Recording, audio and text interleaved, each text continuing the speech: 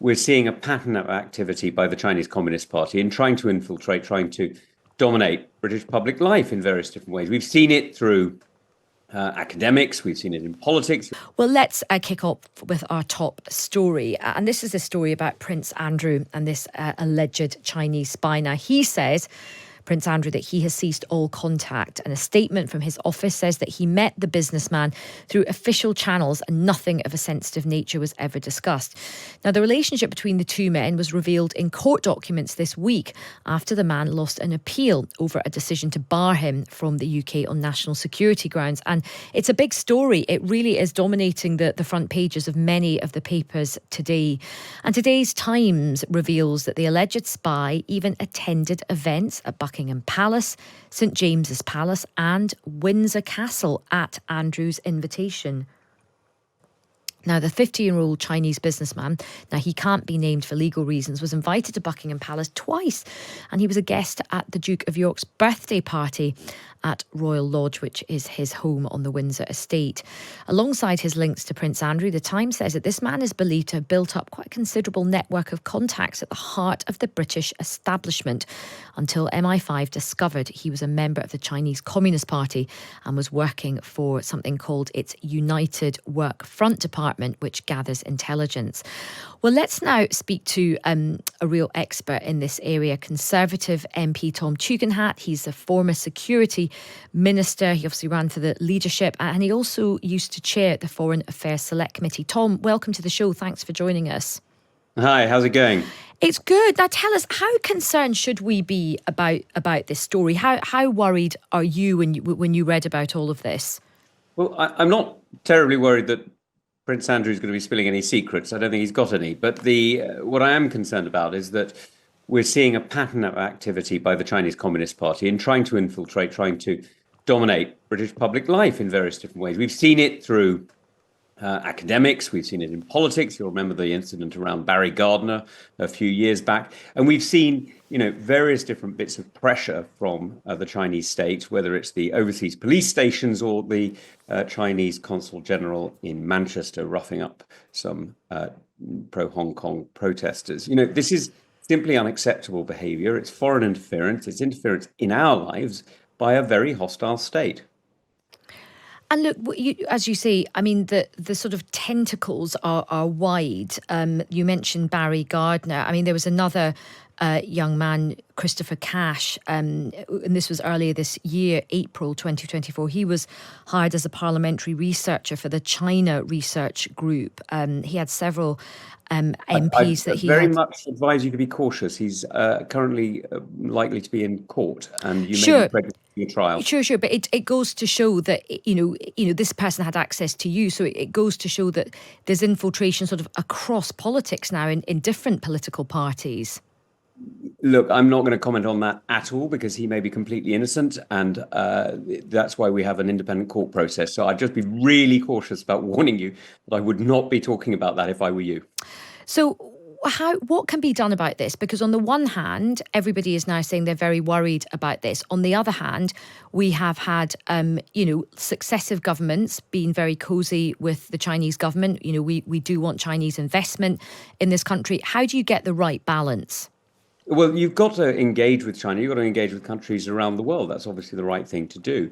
But what you've got to do is you've got to do it cautiously. And that's why, as security minister, I made sure that our intelligence services were available to those who needed them. And in former occupations, I was very cautious to make sure that whenever any warnings came up, I was cautious to make sure that any intelligence cooperation that I felt was necessary was engaged with. And so there's an awful lot of support there if necessary. But the reality is China's a very big country. There are many people connected to the United Front Work Department and many people who wouldn't normally choose to be connected with it can be pressured into it. And just to explain to our listeners, what is this United Front Work Department and what do we know about it? So it's one of the pillars of the Chinese Communist Party. There's three pillars, and it's one of them, and along with the army and along with the state apparatus, as it were, the party apparatus. And what its purpose is to do everything from sort of propaganda to espionage, and so it does education. It does. It's to bring together, if you like, the softer elements of the Chinese Communist Party to make sure that they're all pulling in the same direction, and that's what it does. And look, what would your advice be to the new government in terms of its relationship with China?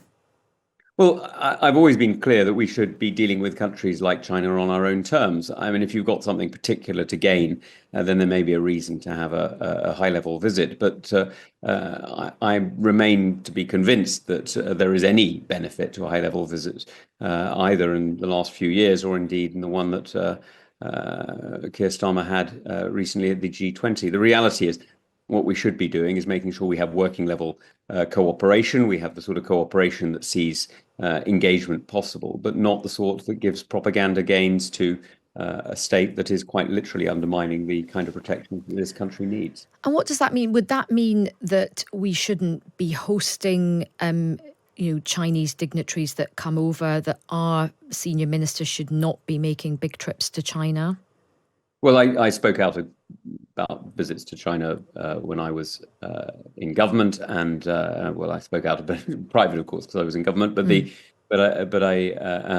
don't think it's very wise to have leader-to-leader meetings at the moment, for the simple reason that it doesn't gain much, and as we saw when Keir Starmer was in the G20, it allowed President Xi, Chairman Xi, to kick out journalists and to behave as he would have done at home, with Keir Starmer looking like a patsy, which wasn't a great look for a British Prime Minister.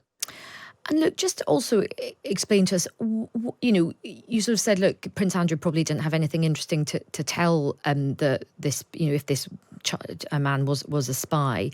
What is the kind of information that the Chinese will be trying to get access to, and who are the kinds of people that they will be trying to target? Well, I don't think anybody was trying to get any intelligence out of Prince Andrew. I think that would be a very difficult task. But I think what they were trying to do instead was to use Prince Andrew to as a rallying point, as it were, somebody who could collect people around them and through whom they could access others. And it's probably as well that they were simply looking to have as many contacts as possible. As I say, China's a very large country, and so they can afford to have people targeting even those who are of limited interest. Though, of course, the Chinese Communist Party does have a very strong concept of sort of respect for elders, so it's also possible that they may just completely misjudge the situation.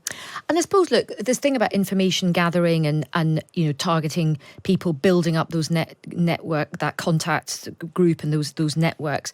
I mean, this is probably something that all countries who have an intelligence service do to a certain degree. I suppose the kind of challenge question would be, we probably do this in other countries to some degree. Isn't this part of that world? Well, our intelligence services are there to protect the free and democratic pursuit of our interests, and so I don't think equating them with the lackeys of a totalitarian dictatorship that literally runs prison camps, similar to not quite the same, but similar. But in terms of, no, I get that, but in terms of sort of, getting access, access to, important people, and to get access into, people who have circles of well-connected, influential people. And it's what journalists do too, and it's what business people do too. But it's not the question of how you do it. I mean, everybody uses writing, but it's those who use writing to commit fraud that we prosecute. And here, it's many people extend their circle of friends. That's what business people do. It's what journalists do. It's what many people do. But it's why you're doing it that matters. And here, the individual appears to have been doing it on behalf of the Chinese state in secret. And that's why the new National Security Act that I brought in, which introduced crimes against the state if you're supporting a foreign intelligence service, and of course the new foreign interest registration scheme, which has to have China on the enhanced scheme to actually be effective. They're so important. And do you think it's time for him to have his identity revealed, as Suella Braverman is suggesting? I mean, sure, but there's plenty of others. I mean, I'm not sure that's the most important thing, frankly. You don't think it would have a deterrent effect on others, as she's arguing? Not significantly. I mean, there's a lot of people who are connected to the United Front Work Department in the United Kingdom today. The question is, Are they minor propaganda officials like those at the Confucius Institutes that sadly still operate, despite promises by former leaders?